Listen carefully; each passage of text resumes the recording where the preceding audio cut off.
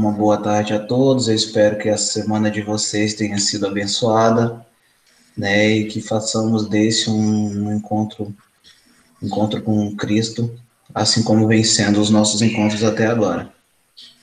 Em primeiro lugar, eu queria agradecer, né, a presença de todos vocês. Ela é muito importante, não só para mim, mas para nós todos. Queria agradecer pela saúde de vocês, pela saúde dos seus familiares, pelos seus amigos, pelos seus estudos, os nossos estudos, né, que eu também estudo ainda, por mais que ele esteja um pouquinho, vamos dizer assim, passado na idade, mas o meu estudo e meu aprendizado ele é constante. Pedir a Deus para que Ele continue nos resguardando desta pandemia, que nenhum de nós possa ser afetado por ela, ok? Alguém quer fazer algum pedido em especial?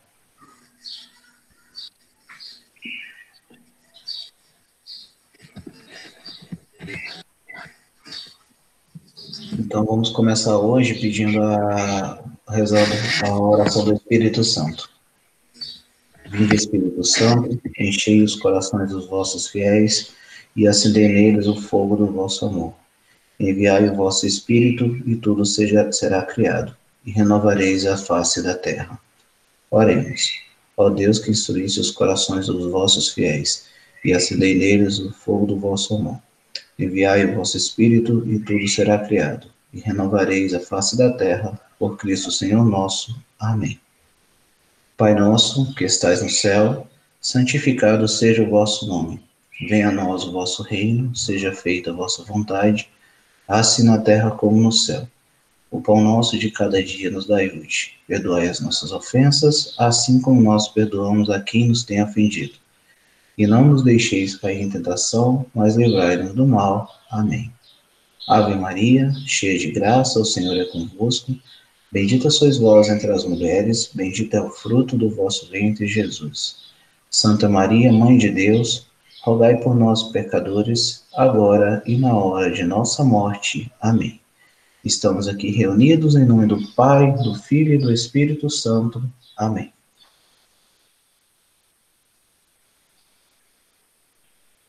Tá contigo, Lu. O microfone está desligado.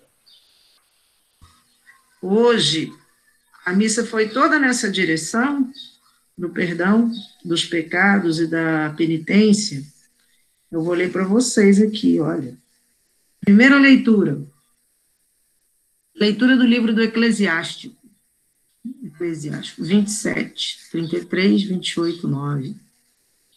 O rancor e a raiva são coisas detestáveis. Até o pecador procura dominá-las. Quem se vingar encontrará a vingança do Senhor, que pedirá severas contas dos seus pecados. Perdoa a injustiça cometida por teu próximo. Assim, quando orares, teus pecados serão perdoados. Se alguém guarda raiva contra o outro, como poderá pedir a Deus a cura? Se não tem compaixão do seu semelhante, como poderá pedir perdão dos seus pecados? Se ele que é um mortal guarda rancor, quem é que vai alcançar perdão para os seus pecados? Lembra-te do teu fim e deixa de odiar. Pensa na destruição e na morte e persevera nos mandamentos. Pensa nos mandamentos e não guardes rancor ao teu próximo.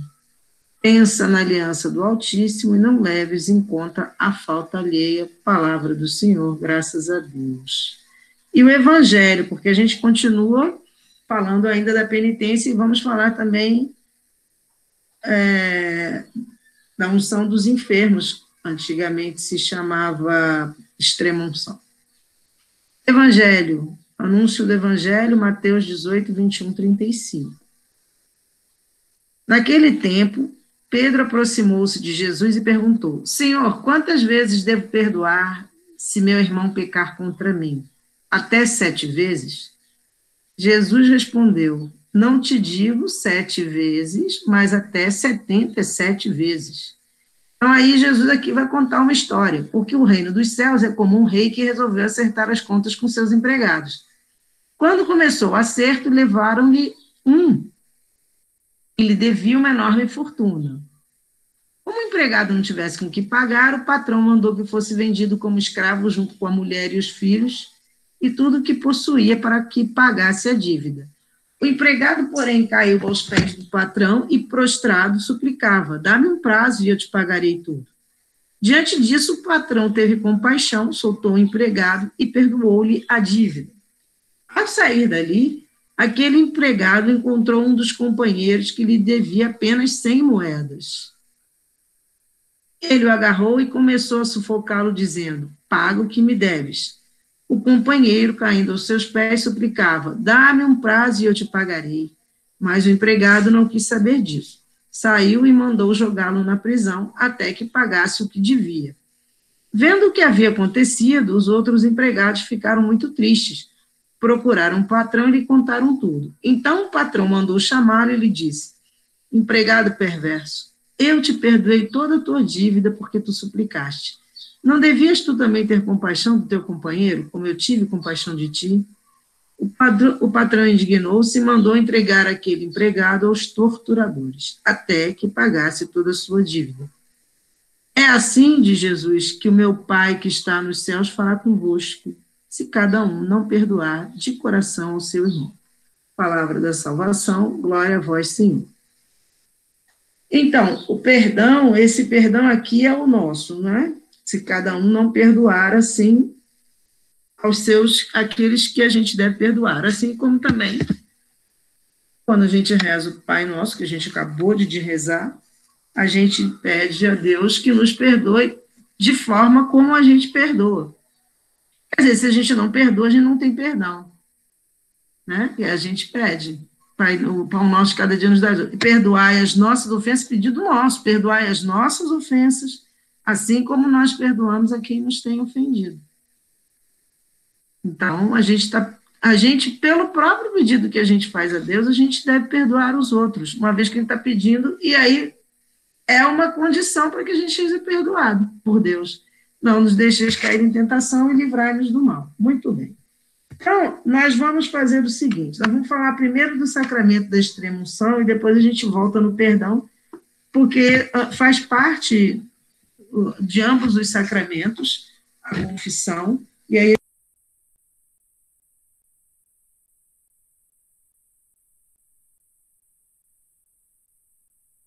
Lô, tá bloqueado seu microfone.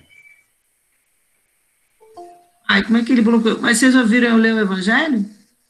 Sim, o Evangelho sim. Agora foi que bloqueou só o finalzinho aí, as duas últimas frases que você falou. Aí ele bloqueou como, gente? Nem encostei no negócio, bloqueou sozinho. Eu abri o livro aqui, porque eu falei o seguinte, então, que a gente, vamos ouvir um pouco do sacramento da unção dos enfermos, porque a gente já viu um tanto do sacramento da penitência. Depois a gente volta na penitência, porque faz parte. O que estiver dito da penitência para uma pessoa que não está doente, é a mesma coisa para a que está doente.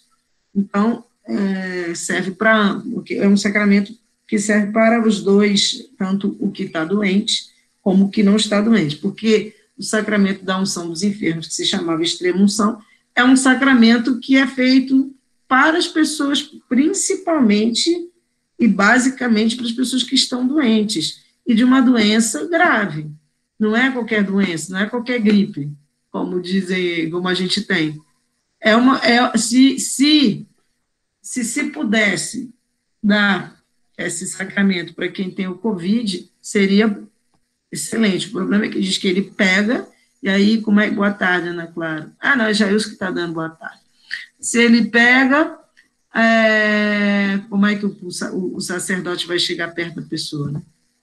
Mas quero dizer, então, que são doenças graves. Você vai fazer uma operação de uma doença grave. Boa tarde, Ana Clara. Você tem, por exemplo, um câncer, a pessoa tem um câncer, e vai fazer uma operação, uma doença grave. Então, ele pode tomar, antes da operação, esse sacramento. Porque se ele morre na mesa de operação, ele já tomou o sacramento da unção dos enfermos. Porque como a doença é grave, existe essa possibilidade de morte, né? E ela tem esse sentido, assim, voltado para essa fragilidade da saúde de uma pessoa, não é a idade, é a fragilidade da saúde.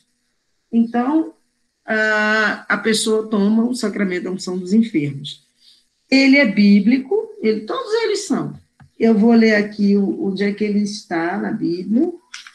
Ele está no Ato dos Apóstolos, é que eu marco aqui, depois não acho as coisas. Eu sei de cabeça, mas é bom mesmo. Quando, no Evangelho, nas cartas de Santiago, ele diz, se você está doente, chame o presbítero. Aqui. Ficou provado, instituição por Cristo. Ficou provado. De novo, bloqueou de novo. Sozinho, né? Encosto no negócio, como é que tá bloqueando? Deixa eu só ver se tem alguém bloqueando aqui. Não, porque eu nem estou encostando, estou com o livro na mão. Eu me afastei até agora do celular. Falando mais alto. Tá dando para ouvir direito? Então, estou sim. Eu me afastei dele agora. Estou com o livro no colo e longe dele, de lado ainda por cima agora. Pronto, já mudei até de posição por causa dessa coisa. Então, aqui. O fato bíblico, aponta o livro. No mais ao que parece, Cristo já havia instituído uma unção semelhante a essa, quando enviou seus discípulos 2 a 2 diante de si. Deles escreve o Evangelho. Postos a caminho, pregavam que fizessem penitência, expulsavam muitos demônios, ungiam com óleo muitos enfermos. Por quê? Porque existe a unção com óleo nesse sacramento. Hoje se usa, salvo engano, o mesmo óleo do crisma, mas eles usavam azeite doce. Então, eu lembro que Padre Godwin, que para quem não conhece, ele agora está aí perto de vocês, na paróquia que fica de frente para o Pão Dourado, que eu nunca sei o nome da igreja. Aliás, não era ele não, mas ele continuou fazendo isso. Na paróquia do Rosário, quando ele era de lá, antes dele tinha um padre chamado Francisco. E toda quinta-feira o padre Francisco fazia unção dos enfermos. Então, ele ungia as nossas mãos aqui, ó, na testa e também na mão. Mas você pode ungir, o padre pode ungir em qualquer um dos órgãos, que são órgãos dos sentidos. Quais são os órgãos dos sentidos? Os olhos, as orelhas, a boca, as mãos e o nariz, né? São os órgãos dos sentidos, porque depende de onde é a doença. Mas ele vai usar os órgãos dos sentidos. Ele usava a testa, perto do olho, né, e a mão. Então, onde ele ungia. Então, quando Jesus diz que esses apóstolos agora perdi, ungiam com óleo muitos enfermos e eles saravam, isso está no Evangelho de Marcos 6,12, aqui já tem a configuração do sacramento.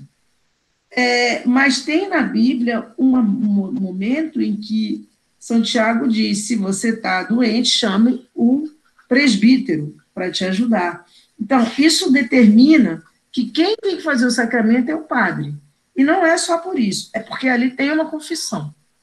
O sacramento ele tem que ser tomado a partir da sua confissão. Você toma a Eucaristia e aí toma o sacramento. Então, o único que pode ouvir, a gente viu na semana passada, os nossos pecados é o sacerdote. Então, se é assim, tem que ser feito por um sacerdote. E aí, a matéria, então, como a gente tem matéria e forma, você tem a matéria, que é a coisa material, que é esse azeite que eles usavam antes e agora o óleo, e a forma é o que você tem um ritual, e eles usam o livro com um ritual, e eles fazem várias orações, e entre essas orações, eles pedem que a pessoa se cure, que seja sarada, etc. Pode ser que a pessoa não se cure, pode ser que a pessoa venha a morrer, mas ela já morre de uma forma em que ela está livre daqueles pecados, porque ela fez a confissão, então ela está livre, ela vai de uma forma mas muito tranquila, a gente imagina, né? Porque a gente só vai entender mesmo o que isso significa quando a gente morrer. Mas a gente imagina, então, que a partir daquela confissão, a pessoa está tranquila e ela morre numa tranquilidade, sem mais ter na alma nenhum pecado grave que não tenha sido dito ali naquele momento. Isso, olha o bichinho do Jailson cantando. Como é que é o Jailson? Como é que é o nome? Calopsita. Calopsita, isso mesmo. Passarinho. Não, Jailson, pode deixar aberto. É porque eu ouvi cantando, é bonitinho de vez em quando. Não, mas ela fica atrapalhando. Quando ela começa a gritar. Ai, então, aqui, o que que diz no Catecismo Romano? Veja só, como ela tem necessidade desse entendimento, ele diz assim, olha, os alienados e loucos furiosos, eles só podem tomar esse sacramento se eles tiverem momentos de lucidez. Olha que coisa, né? Então, quem é louco de nascença, que não tem uma visão assim, perfeita do que está acontecendo, nem tem momentos de lucidez, diz o Catecismo Romano que não é possível. Deve, todavia, ser ungido o enfermo que pedir o sacramento enquanto estava com juízo perfeito. Enquanto está com juízo perfeito, dá para ser. Depois, como louco furioso, já não dá mais. Não sei se a igreja nunca vi falar sobre isso, é porque eu estou lendo o Catecismo Romano.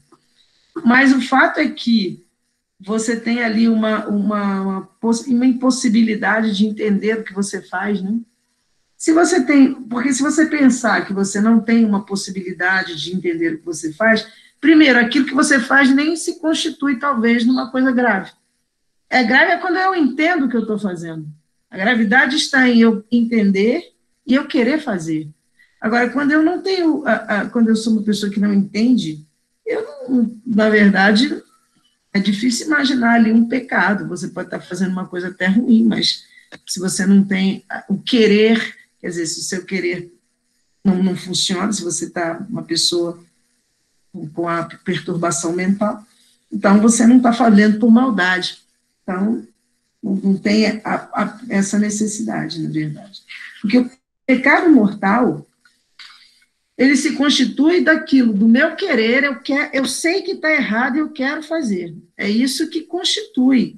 Quando eu bato ali naqueles mandamentos, e eu sei o que eu estou fazendo, eu faço porque eu quero, é aí que se constitui o pecado mortal. Porque, por exemplo, se eu namoro um homem casado e eu não sei que ele é casado, eu desconheço isso, ali não há pecado. Eu não sei. E é pecado mortal, né? Mas eu desconheço. Para mim, que estou ali na situação, um sabe, mas eu não sei. Então, eu não estou fazendo nada. Agora, se a partir do momento que eu sei, que eu passo a saber, eu continuo na relação, aí eu constituo o pecado mortal. Porque agora eu já sei. Ah, mas eu estou apaixonada, não interessa. Vai embora. Não interessa. Você agora já sabe que a pessoa é casada. Então, aí sim se constitui o pecado mortal. Aí, quando hoje o padre estava na missa falando, ele estava falando sobre esse perdão, ele não estava falando exatamente sobre o sacramento de confissão, nada disso, mas ele estava falando sobre os mandamentos, num determinado momento, e o pecado mortal, ele vai incidir em cima desses mandamentos, né? Então, ele fez uma comparação, olha que coisa, de que quando a gente é verbalmente atingido por alguma coisa, quando a gente é atingido dentro daqueles pecados, a coisa é muito mais grave. Por exemplo, se eu chamo assim, se eu estou discutindo com alguém e chamo de nojento, você é nojento, é feio isso que você está fazendo, que coisa nojenta, isso é uma coisa. Mas se eu digo para uma pessoa assim, você é uma vagabunda, aquilo já soa lá em cima. Você é ladrão, é um mentiroso. Tudo isso é muito mais grave do que ouvir nojento, é feio o que você está fazendo. Existe uma gravidade muito maior, principalmente para as meninas, porque vagabunda é falado para uma mulher, né? Você é uma vagabunda, feminino. Um vagabundo também fica esquisito, é um vagabundo, não presta para nada, fica estranho também aos ouvidos. Para vocês verem, ladrão, assassino, tudo isso, um mentiroso, é muito mais grave do que nojento, feio, chato. Por quê? Porque, no fundo, você está incidindo nos 10 mandamentos. Quando você chama alguém de vagabunda, geralmente você está fazendo uma afirmação sobre alguma coisa da sexualidade dela. É vagabunda, é prostituta, é uma coisa assim. Você está querendo se voltar para isso. Quando você está falando assassino, é assassino mesmo, é morte. É não matar. É ladrão, é não roubar. Mentiroso é o falso testemunho. Então, quando a gente insulta uma pessoa nesse nível, a gente que está ouvindo o insulto é muito mais grave. Porque, ainda que eu não seja cristão, nada disso, essas palavras são mais fortes do que nojento. Outras que a gente usa, que agora não estou me lembrando. Chato, covarde, enfim, palavras que a gente usa. Essas outras são mais. Porque, segundo Jeremias, Deus ainda não tinha Cristo. Deus, parado o coração de homem, é um coração que é um coração de pedra, diz ele no Antigo Testamento, um coração de carne. Então, um coração de carne é um coração onde esses 10 mandamentos estão lá dentro. A gente não tem como fugir dos mandamentos, eles estão dentro da gente. É por isso que essas frases ditas assim provocam dentro da gente uma coisa muito mais forte do que outras, que não são exatamente dos 10 mandamentos. E essas dos 10 mandamentos é que são as referentes aos pecados mortais. Muito bem, então, a extrema unção, diz aqui, nossos antepassados chamavam de extrema unção, porque é o sacramento dos moribundos, num geral. Mas tem essa situação, como eu disse para vocês, que alguém que pode não estar moribundo ainda, mas está gravemente doente, vai se operar e pode morrer na mesa. O óleo é o que se usa. O padre, então, vai pedir para que a pessoa fique boa, que se cure, etc. Geralmente, você pode repetir, né? Se a pessoa não morrer, não acontecer nada, ela pode repetir. Quantas vezes ela achar que é possível essa repetição, e muita gente fica bom, inclusive. Ele é um fato que a gente já mostrou onde é que a Bíblia determina isso. É preciso estar lúcido. Ungem-se os órgãos dos sentidos, a gente já viu tudo isso. E ali você tem, então, a confissão, a Eucaristia e o próprio sacramento em si. Quando o padre fazia isso na paróquia, que eu falei para vocês que o Padre Francisco fazia isso, a gente se confessava e era depois da missa. Então, a gente já tinha tomado a Eucaristia, que é a ordem, né? A ordem, assim, eu me confesso, eu tomo a Eucaristia, e depois ele fazia, assim, as pessoas que estivessem se sentindo doentes, que fossem ali tomar o sacramento. Aí o Padre Godwin continuou, mas depois o outro não fez mais. Achei, quer ver? Agora achei. Ministro é o sacerdote. Por quê? A gente já falou, né? Mas eu vou ler aqui para vocês o que estava aqui na Bíblia. O apóstolo diz, chame os presbíteros. Não quer, por esta palavra, designar os mais idosos, nem os mais novos do povo, mas os sacerdotes validamente ordenados. Então, isso aqui está no Evangelho, nas cartas de São Tiago. Muito bem, então tem o perdão dos pecados e na hora da morte. E aqui, o que diz o catecismo? Veja bem, por natureza, o homem nada mais teme neste mundo do que a morte.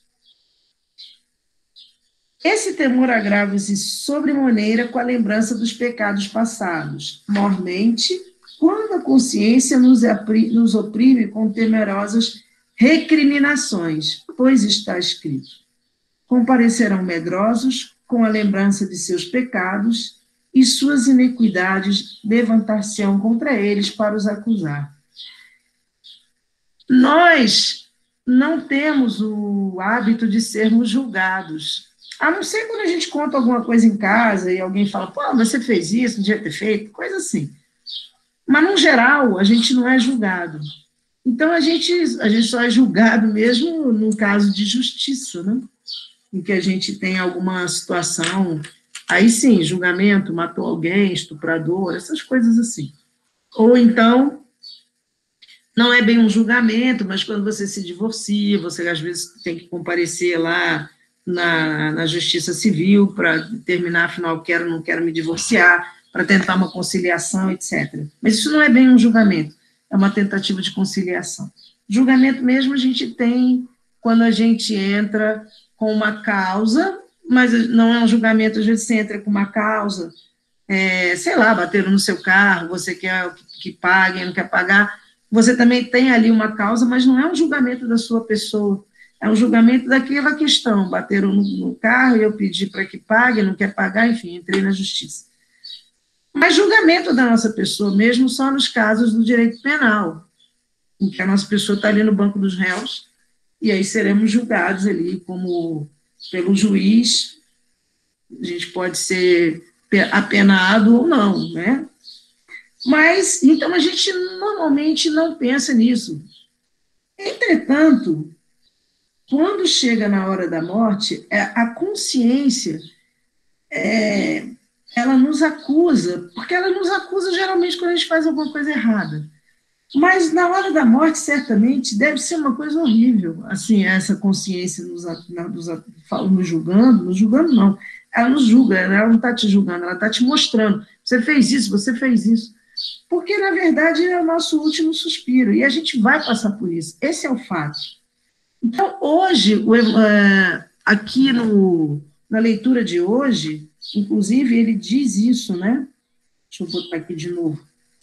Lembre-se da hora final, que não é uma coisa que a gente fique lembrando toda hora, mas uma hora ela vai chegar, a hora final. Cadê o que ela fala aqui? Ó? Lembra-te do teu fim e deixa de odiar. Pensa na destruição e na morte e persevera nos mandamentos. O que pode acontecer conosco? O medo de não ser perdoado. A gente pode ter um medo de não ser perdoado. E aí a gente está numa situação complexa, porque é um medo só nosso. Na verdade, não existe nada no Evangelho que diga que a gente não vai ser perdoado. A gente só não vai ser perdoado, na verdade, se a gente não acreditar nesse perdão. Então, o perdão é o amor de Deus pelo homem. Pelo amor de Deus pelo homem, ele perdoa, né? O amor de Deus, a gente tem, pelo amor de Deus, a gente recebe a graça do perdão. Mas essa graça, que a gente lê graça, pode ser também interpretada como amor e pode ser interpretada como Espírito Santo. Então, quando a gente acha que o amor de Deus não é capaz de nos perdoar, a gente está indo contra o amor de Deus. Se ele é amor, não é possível. Ele perdoa. Agora, ele tem que perdoar a partir do momento que eu quero ser perdoado. Isso tem que ficar bem claro. Agora, na hora que eu desconfio disso, que não é possível, que o que eu fiz não tem perdão, não saio dessa situação, ele não vai me perdoar, etc., eu posso cair, inclusive, na questão do suicídio. O suicídio é o que? É o desespero. É a desesperança. Eu acho, o suicida acha que não tem mais saída. Geralmente, quando eles deixam as cartas, eles dizem que eles não viram saída para a situação e que, certamente, o que vem depois é melhor do que eles estão passando aqui, né? Do que eles estão passando. Mas eles não têm conhecimento do que é o que vem depois, ninguém tem. Então, como é que você pode apostar numa coisa que você não sabe como é que é? E na hora em que você faz isso, você se desesperou. Quer dizer, esperança, lá vem os prefixos na frente. Esse des significa que a esperança, aliás, é um D, na verdade, a esperança se transformou em desesperança. Então, por isso, a pessoa se suicida. E ela comete uma falta gravíssima, é um pecado mortal, atentou contra, é um homicídio contra si mesmo, vamos dizer assim. Evidentemente, já disse para vocês várias vezes que entre a hora em que a gente faz uma coisa e a hora da morte, pode haver um arrependimento, e nós estamos salvos, porque apesar de que não tem padre nenhum naquele momento em que eu cometo esse tipo de ato, um ato de desespero mesmo, né? Não tem ninguém ali, só eu e o fim, o meu fim, porque eu mesmo fui nessa direção. Mas se eu tenho um tempo, que a gente a gente só vai conhecer isso tudo mesmo quando a gente passar pela morte, mas nesse tempo, eu tenho o tempo de me arrepender daquele ato, do ato que eu cometi. E mesmo que não seja nada disso, não seja um suicídio, eu sempre tenho tempo de me arrepender, enquanto estiver vivo. Enquanto eu estiver vivo, eu tenho tempo de me arrepender. Depois, uma vez que eu morro da forma em que minha consciência se estabeleceu. Se ela se estabelece de forma a pedir perdão a Deus, eu estarei perdoada. Se ela se estabelece de forma a não pedir perdão, não tem perdão. Eu não pedi, então não tem. Tudo isso agora vai depender de mim, de querer ser perdoado pelo próprio Deus. Então, isso tudo é perto do fim. Só que a gente nunca sabe quando é o fim. Esse que é o ponto. Pode ser daqui a pouco. A gente não sabe, né? Então, na unção dos pecados, na unção dos enfermos, desculpa, nós temos, então, se tivermos algum pecado mortal, a gente tem que confessar, se a gente tiver cometido algum. Todos que a gente se lembrar, tanto faz agora, nós estamos falando da confissão nesse momento. Tanto faz se é para unção dos enfermos, se é confissão normal, do nosso dia a dia. Todos os que a gente lembrar, a gente tem que colocar para o padre. Não pode esconder nenhum. Você tem que chegar ali e dizer para ele, eu fiz isso, aquilo e aquilo, mesmo que seja coisa horrorosa. E confiar de que será secreto. Ele não vai falar nada, mas de preferência você também não fale do que aconteceu ali naquele momento, entre você e o padre. Aquilo ali é um momento íntimo, é seu, não é para ficar falando para todo mundo. Então, você chega ali e fala aquilo que te oprime, aquilo que você fez. Então, aqui, voltando, está acabando já o nosso sacramento da ordem. Então, na hora da morte, a gente vai ter, antes, esse encontro, se der, se for possível, com o padre. E depois um encontro com Deus. Se não der, a gente tem, por exemplo, imagina agora uma pessoa com Covid. Não tem como. Não deixam entrar, nem o padre entra, nem ninguém deixa entrar, então ele tem, assim, dentro dele mesmo, que fazer essas reflexões, pedir perdão a Deus. Não tem como fazer esse sacramento agora. Ele também, o sacramento nos ajuda contra o espírito maligno,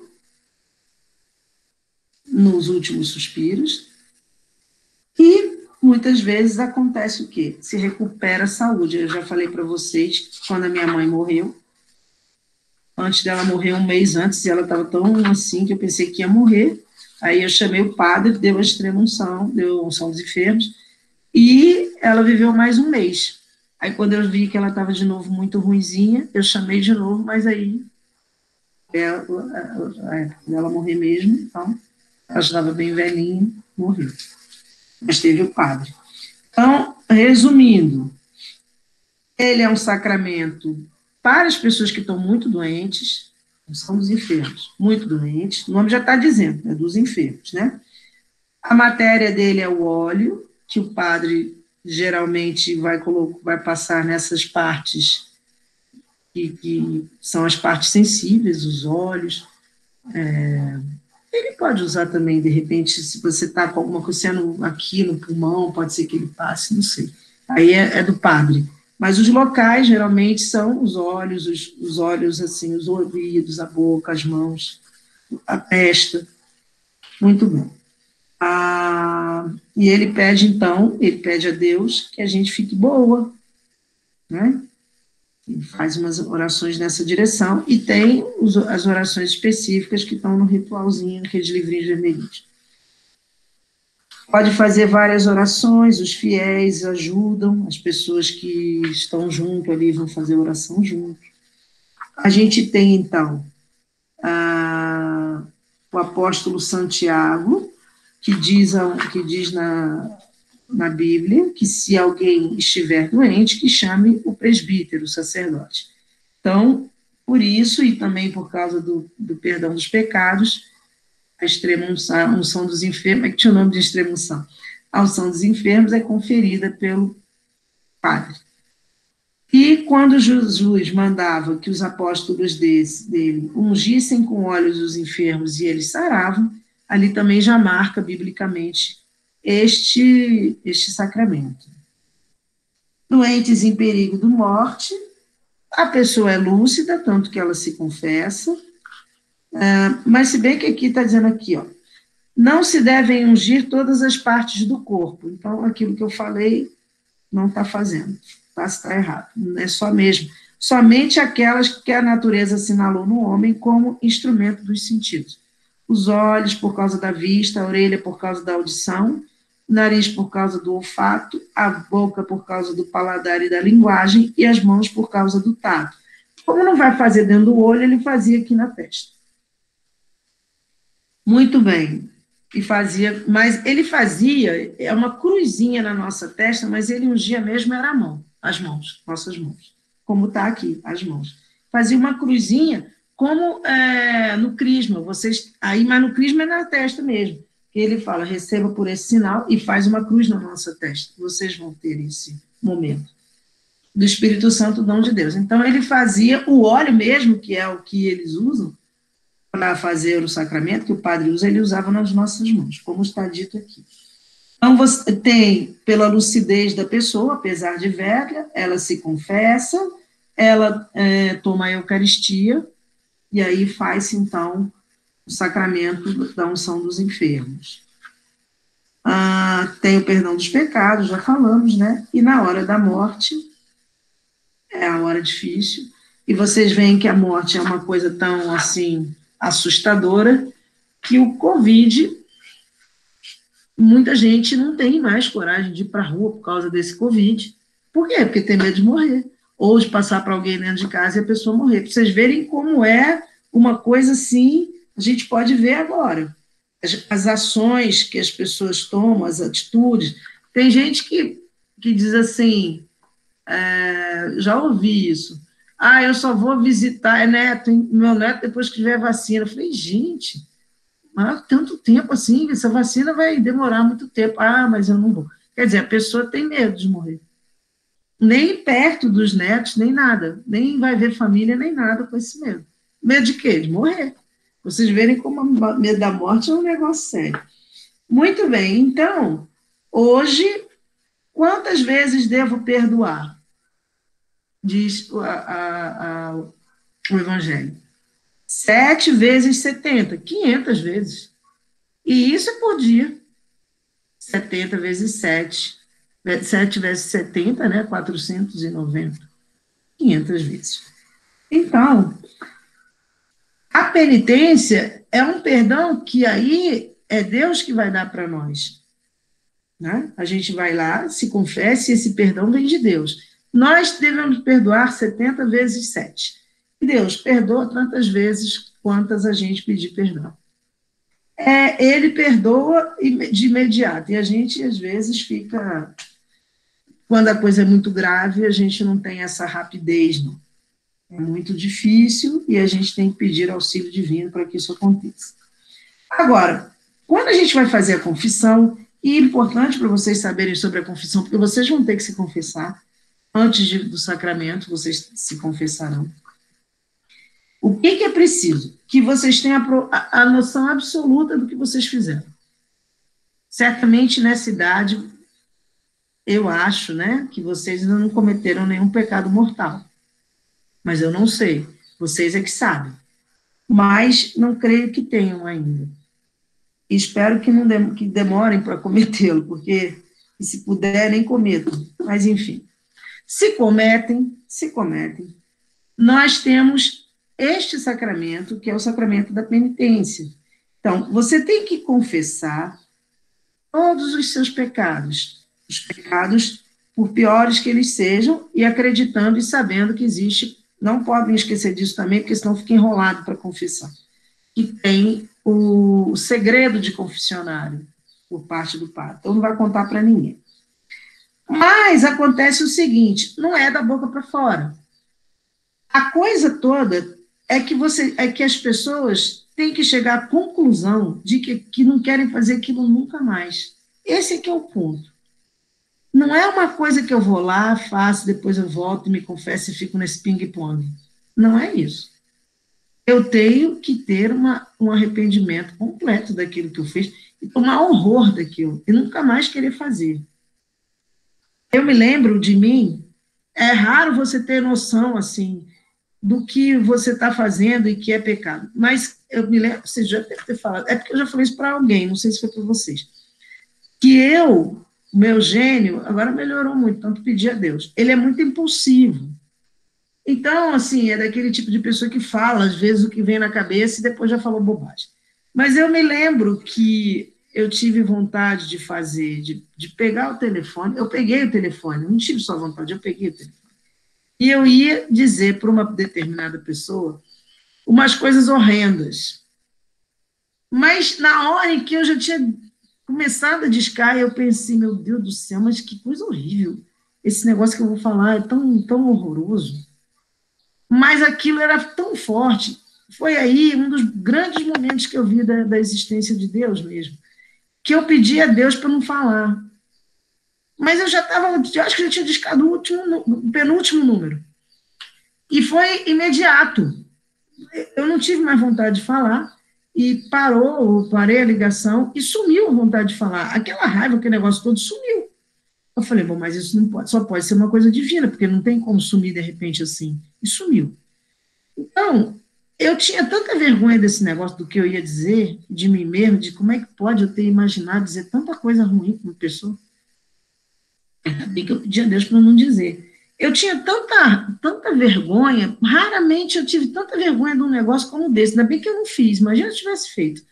Uma vez eu fui me confessar isso, uma coisa que eu nem fiz, e eu fiquei chorando lá de ver que era possível eu pensar uma coisa daquelas, de tanta coisa feia ali.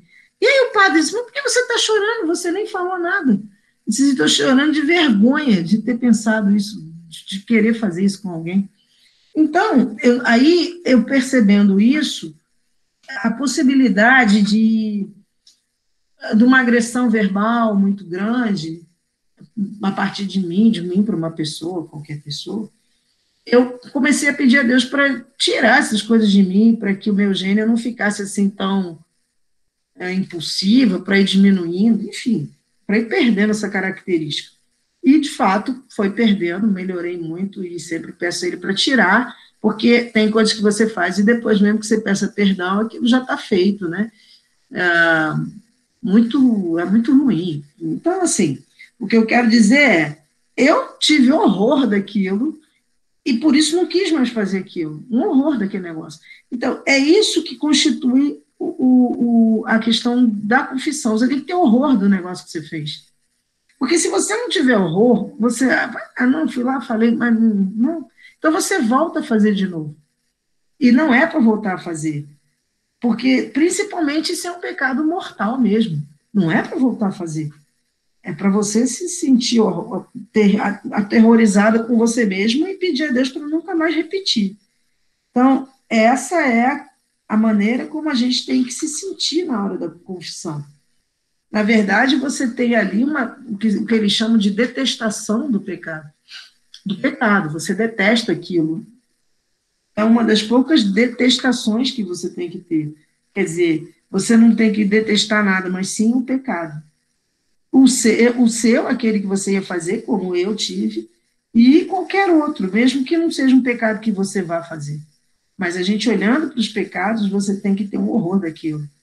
Por exemplo, matar alguém, né? Assim, aquilo deve sentir em você de uma maneira tal que sempre você rejeite essa possibilidade em você mesmo. Você rejeite isso, porque isso é horrível mesmo. Então, assim, que vocês sempre peçam a Deus para rejeitar aqueles pecados. É uma maneira da gente não cometê-los. É já rejeitando eles de antemão. Mas a vida, às vezes, nos coloca em situações complexas, né? Então, às vezes, por exemplo, é possível que a gente tenha que matar alguém para salvar o nosso filho. Você chega em um determinado momento e vê uma cena de um estupro de um filho seu, e você vai defender o filho e acaba matando a pessoa. É uma infelicidade que ocorra isso, mas pode acontecer. Mas aí você não tinha esse desejo, você foi ali para salvar uma outra vida. Então é toda uma outra estrutura, não é igual a eu vou matar o fulano para herdar os dinheiro dele, essas coisas assim, esses crimes violentos, não é isso.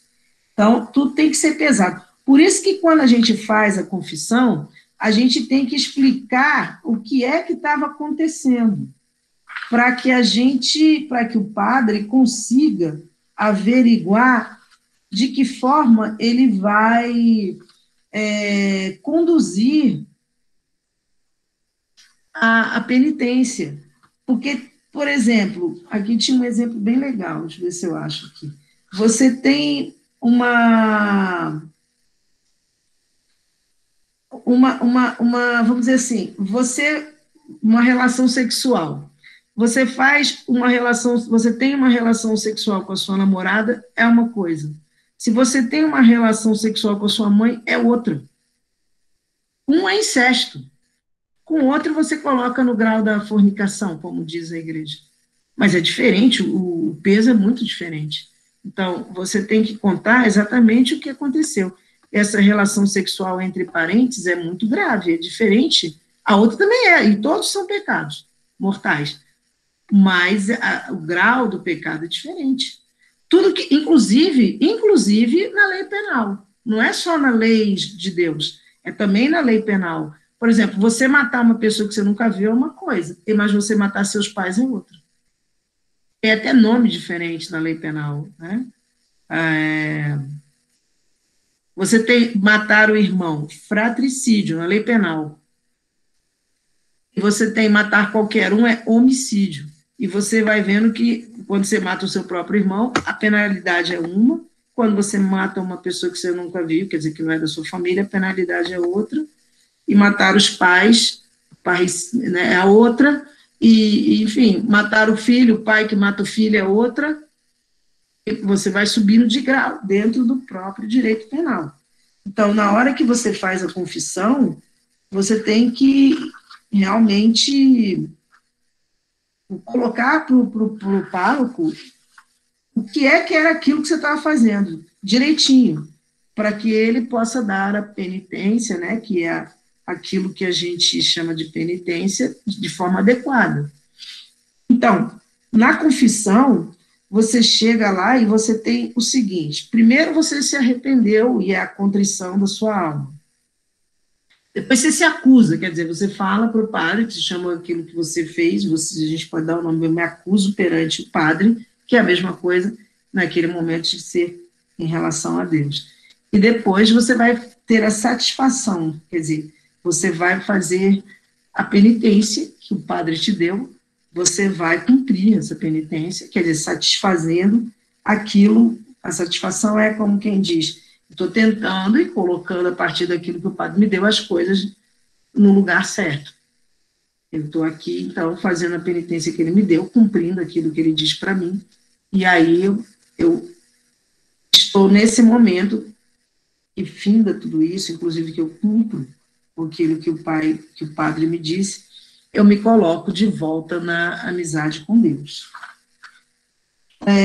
Então, vamos aqui resumir, o que mais que temos aqui? Como resumimos A unção dos enfermos, vamos resumir a penitência então. Foi dito que ela é a segunda tábua de salvação. O que é uma tábua de salvação? Quando a gente naufraga em uma embarcação, o único recurso para salvar a vida está em se agarrar num pedaço de tábua qualquer, né, para não afundar. Então, depois de perdida a inocência do batismo, porque no batismo nós temos o perdão dos nossos pecados todos, vocês sabem disso já, seja em que idade for, se for adulto, se for para trás, os pecados que um adulto cometeu, que sem ser batizado estão todos perdoados, e todos nós temos o pecado original perdoado na hora do nosso batismo. Então, ele diz, depois de mais, a gente tem a fragilidade, né? A nossa fragilidade, que faz que a gente peque de novo. Então, depois de perdida a inocência do batismo, qual é a tábua de salvação que a gente tem? A confissão, a penitência. Esse sacramento, reconciliação e penitência. Se a pessoa, então ele diz, se a pessoa não agarrar a tábua de penitência, é certo que devemos desesperar de sua salvação. Ou seja, se ela não se agarra à confissão, se ela não tem realmente, o coração dela não chega à conclusão de que foi realmente muito feio tudo que ela fez, se ela não sente assim, se ela for assim até o último suspiro, sem realmente concluir que ela pecou grandemente, principalmente pecados mortais, ela deve desesperar, quer dizer, não esperar pela sua salvação, não será salva.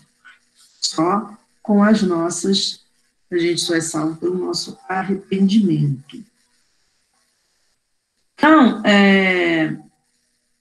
a penitência, aquela que tem o verdadeiro sentido, que a gente chama de penitência, que pode chamar de confissão, é quando eu faço, sabendo que eu pequei realmente contra Deus. Eu já falei para vocês que a gente tem dificuldade disso. A gente acha que pecou contra o outro, que falou alguma coisa, estou falando de coisas mais leves.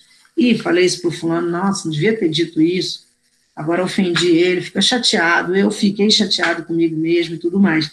Mas é difícil eu ter a noção de que eu estou indo contra Deus nesse momento, e é o que eu estou fazendo. Aliás, disse o padre hoje, quando eu faço alguma coisa ruim contra alguém, eu fiz também contra mim. E quando eu faço alguma coisa boa para alguém, eu também faço para mim. E às vezes também a gente não tem essa noção de que está fazendo coisa boa para a gente, tem coisa ruim para a gente. Essa noção às vezes se perde. A gente geralmente pensa no outro. Eu fiz só no outro. A gente fez isso contra o outro. Pronto, acabou. Mas não, a gente fez isso primeiro contra Deus. Vamos ver lá o Salmo de Davi. Pequei contra ti, foi só contra ti que eu pequei. É o Salmo de Davi, Salmo 50. Muitas vezes se reza na missa, naquele momento do Salmo, né? Muito bem. Vamos ver o que mais. Então, isso, quando eu chego nessa conclusão, é porque eu me arrependi. Eu me arrependi e eu acredito, né, que isso que a igreja me oferece é aquilo que vai ser a minha tábua de salvação. Então, eu tenho que ter fé naquilo que a igreja diz, porque o que a igreja diz foi o que Deus determinou e o que Cristo trouxe para nós na revelação. É isso que a igreja diz. Acontece, aqui, aquilo que eu falei para vocês, como diz aqui o catecismo, acontece, por vezes, não terem os homens dor suficiente dos pecados que cometeram. Como escreve Salomão, que é o filho de Davi, rei Salomão, homens há que até se regozijam do mal praticado. Existe isso? Existe. Tem gente que diz que faria tudo de novo. Se eu fiz errado, eu faria tudo outra vez. Pronto, acabou. Então, se não se arrepender, sem salvação.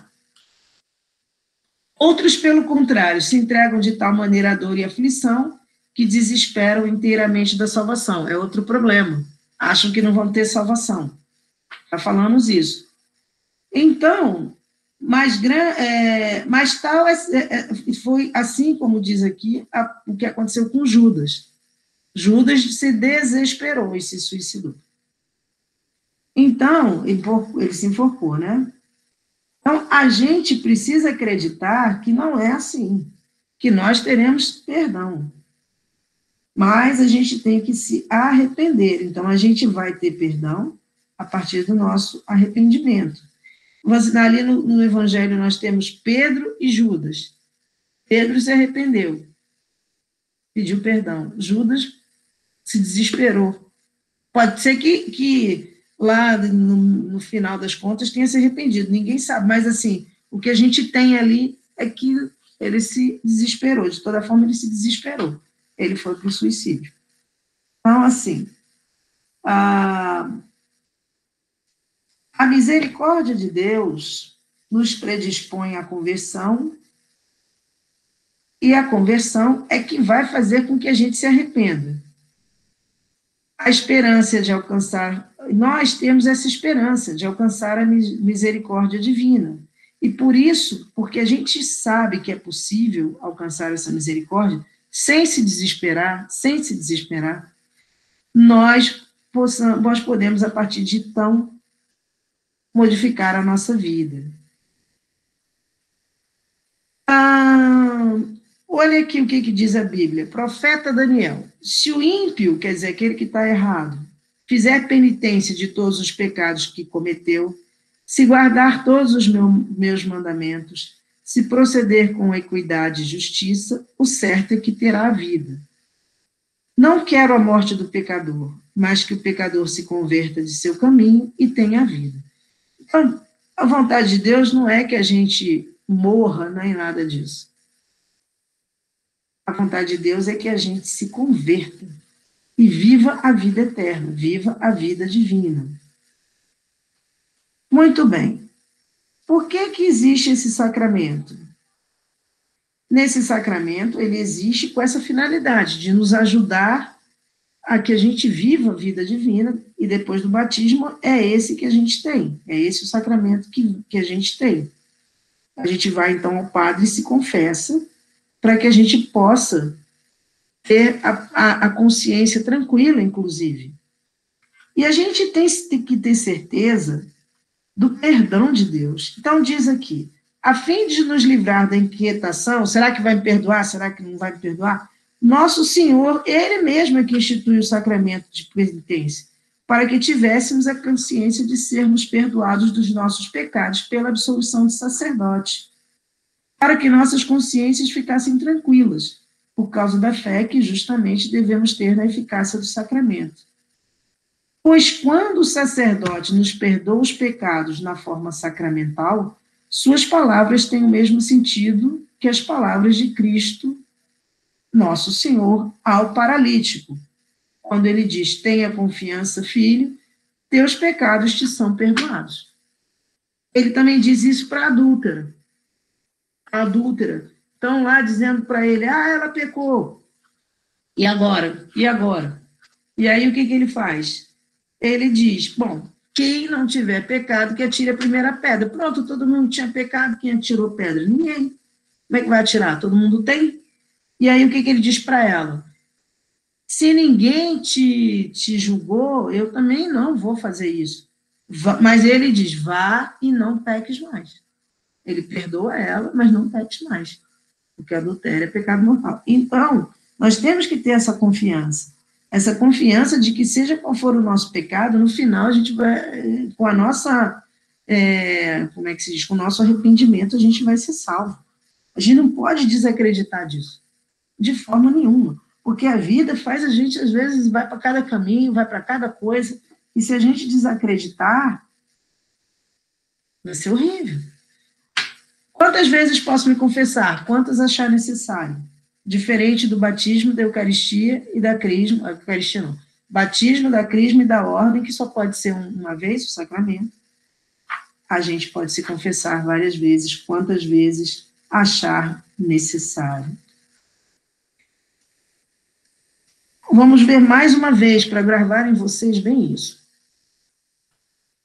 Não pode haver delito tão grave e abominável que não seja pagado pelo sacramento da penitência.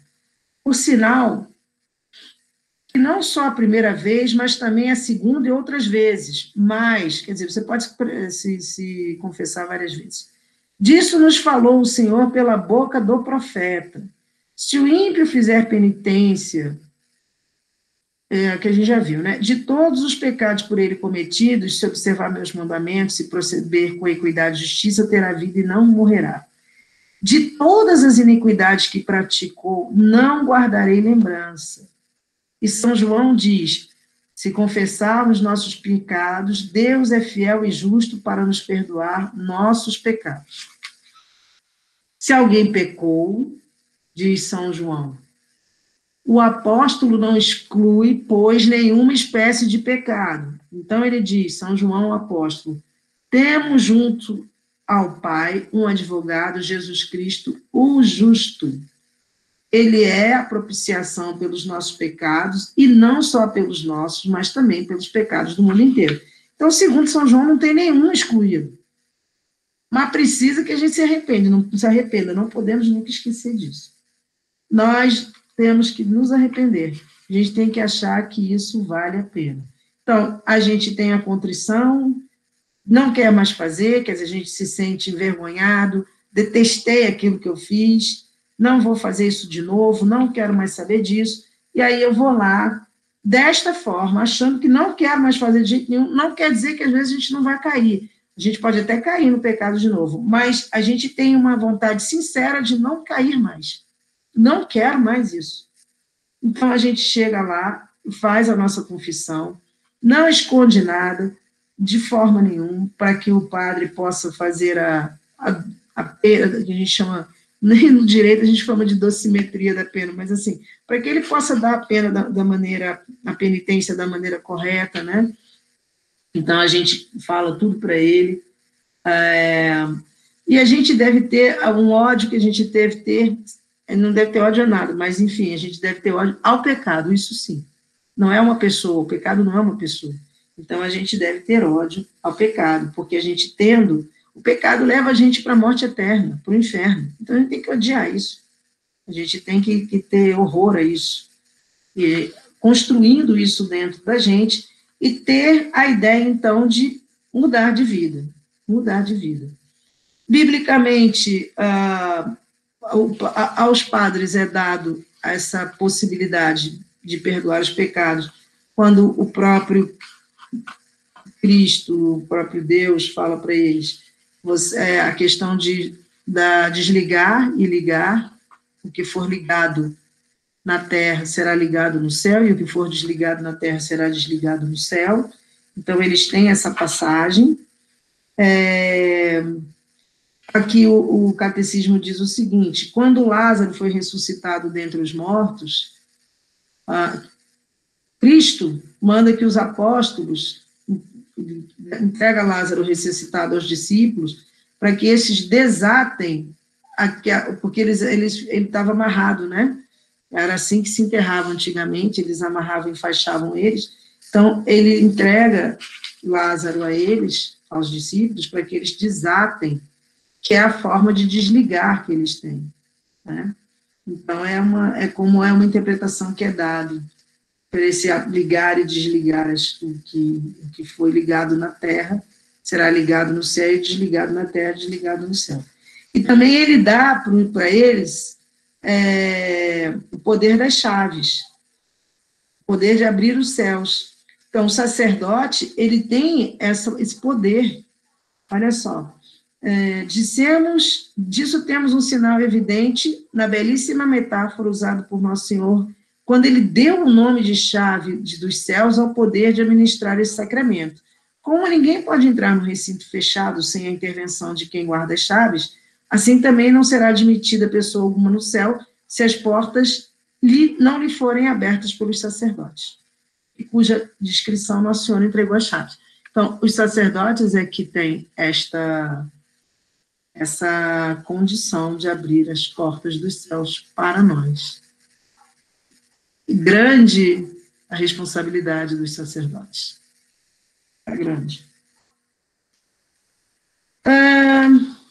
O que mais que podemos dizer? A idade de que se faz essa penitência, quando a pessoa já começa a entender as coisas, geralmente com 7, 8 anos, já começa a se entender o que é bom, o que é mal, já começa a criança a ter uma noção de bem e mal, né? A confissão, diz a igreja, deve ser anual.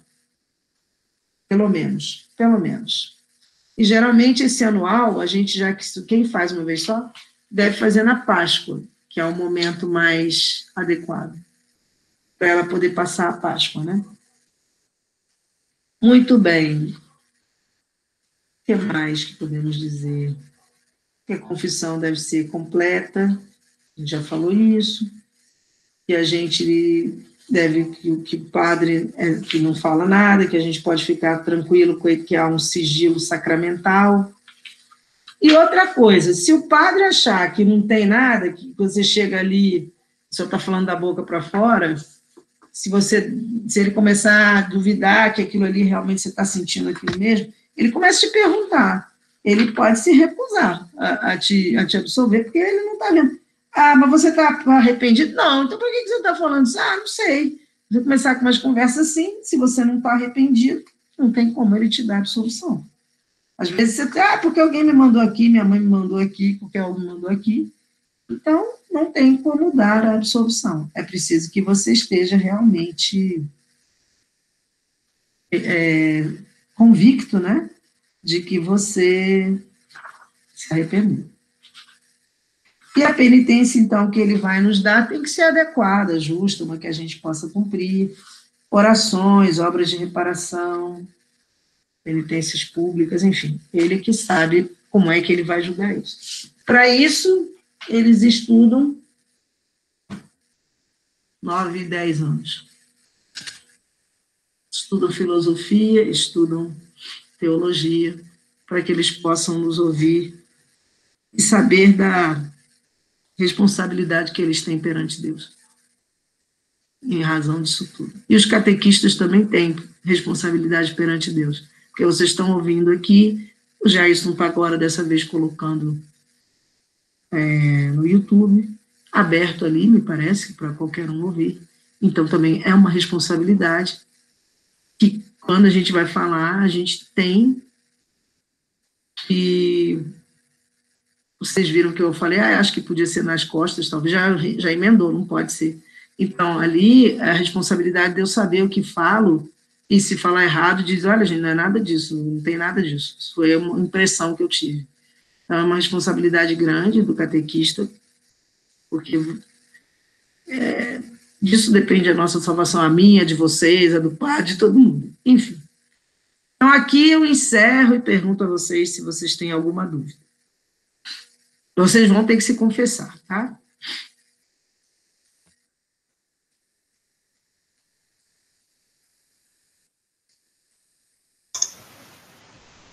Tem uma dúvida.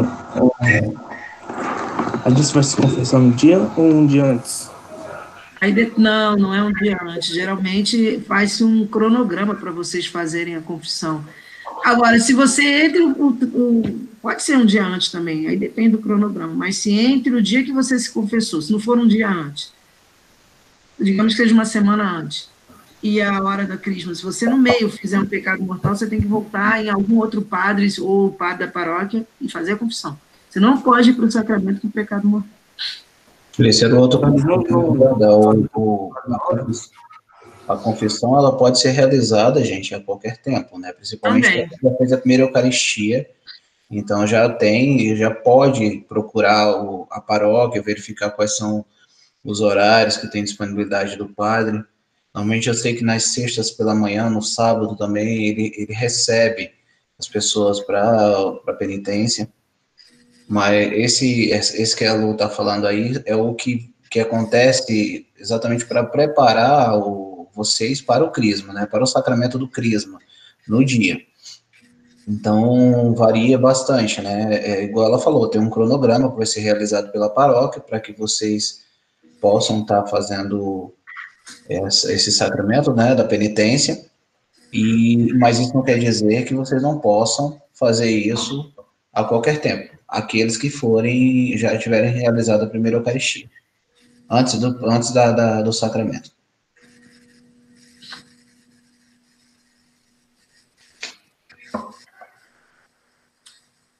Mais alguma dúvida, gente? Era só essa mesmo. Show de bola, João. Um dia. Uma coisa, vocês sabem o que a gente está... Nesse mês a gente está vamos dizer assim, qual não sei, não vou dizer que a gente está comemorando, né? Porque não é para mim não é uma comemoração, né? Mas vocês sabem o que significa o Setembro Amarelo?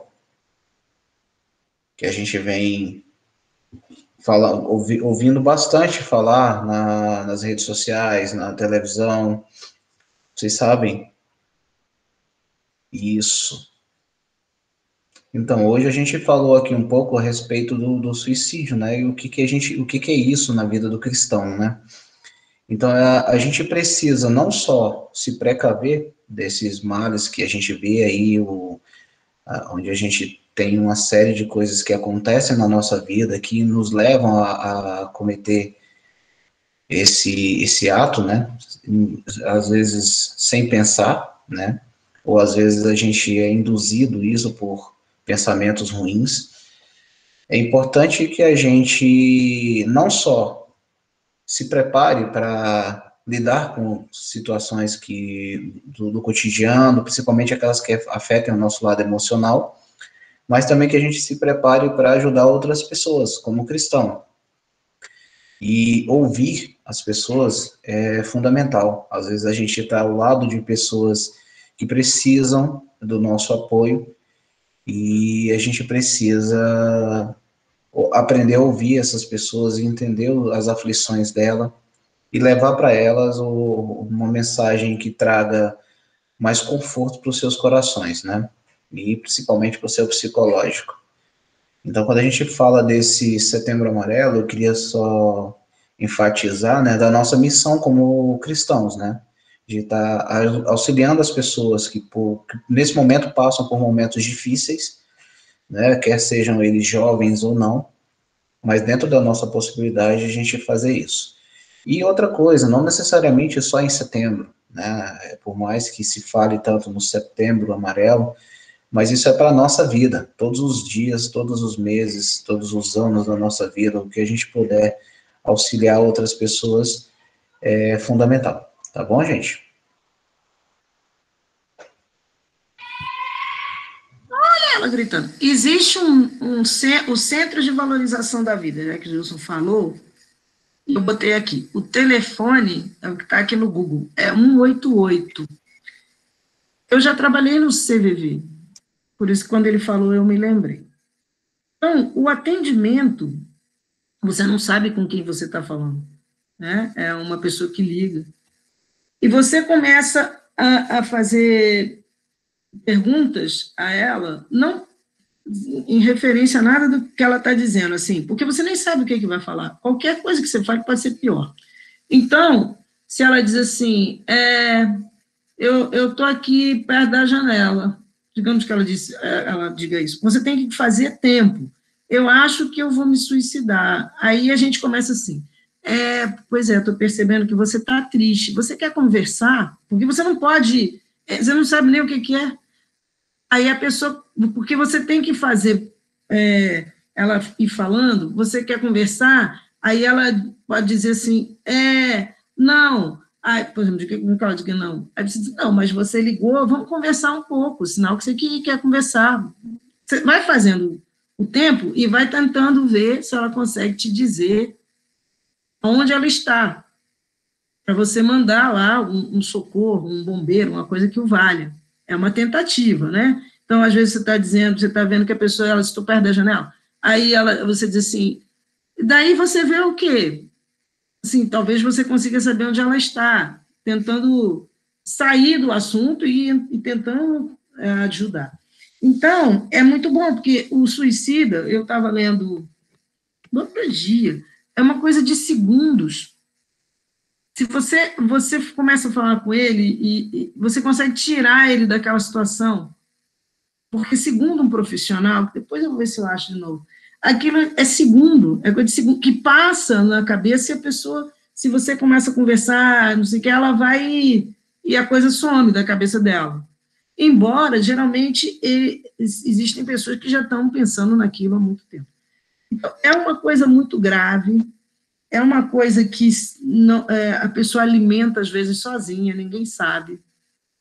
É uma coisa muito delicada. Eu mesmo, quando a minha mãe morreu, eu tive vontade de me suicidar, e eu sei o que eu estou dizendo, é muito delicado. Eu pedi a Deus para que não acontecesse. Foi aí que eu vi, eu quis dizer, foi aonde eu me peguei, né, com Deus. Mas eu já tinha visto dessa existência de Deus antes, e aí eu tive noção da perfeita existência de Deus, a perfeita existência de Deus. E foi por isso que eu fui procurar estudar e ser catequista e etc. Em tudo que eu faço hoje. Mas é muito sério, pode acontecer em qualquer idade.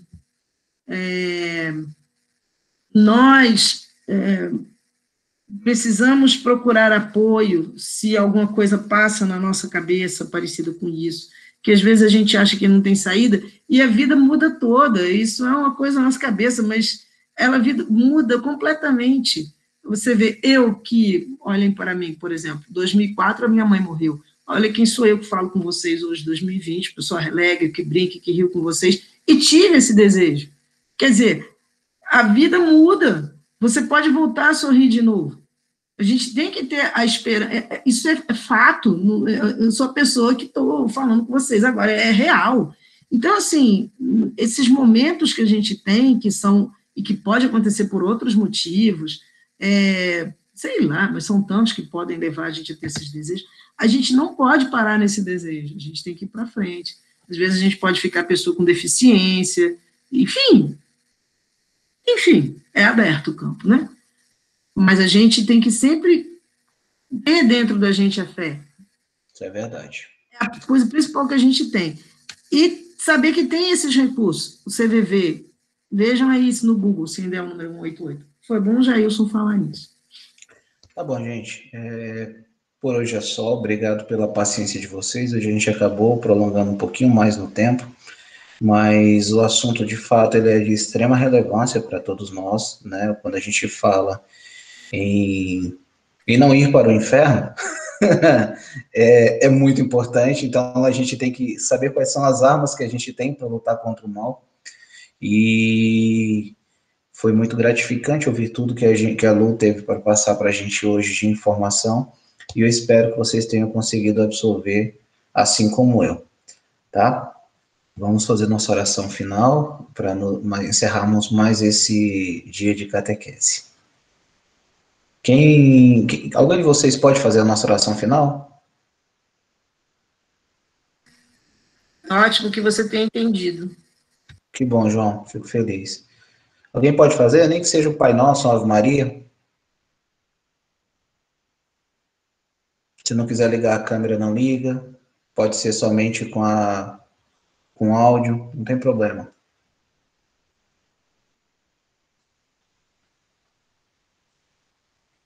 Cri, cri, cri. E aí, sorteio? Tá, eu vou sortear. 1, 2, 3 e... Marina. Marina, você pode fazer pra gente? É só rezar um Pai Nosso, Ave Maria, Marina. Bem tranquilo, vamos lá?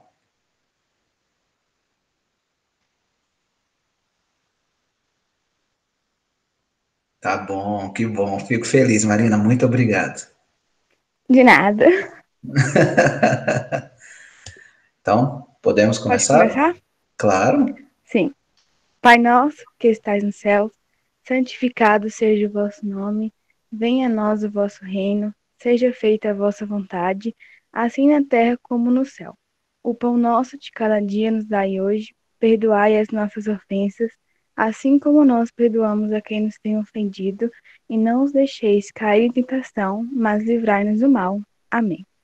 Ave Maria, cheia de graça, o Senhor é convosco. Bendita sois vós entre as mulheres, bendito é o fruto do vosso ventre, Jesus. Santa Maria, Mãe de Deus, rogai por nós, pecadores, agora e na hora de nossa morte. Amém. Amém. Estivemos reunidos em nome do Pai, do Filho e do Espírito Santo. Amém. Um ótimo restinho de domingo para todos vocês, tá, gente? Tchau, boa noite. Tchau, boa noite. Fiquem com Deus. Obrigado, Marina. Tchau, tchau.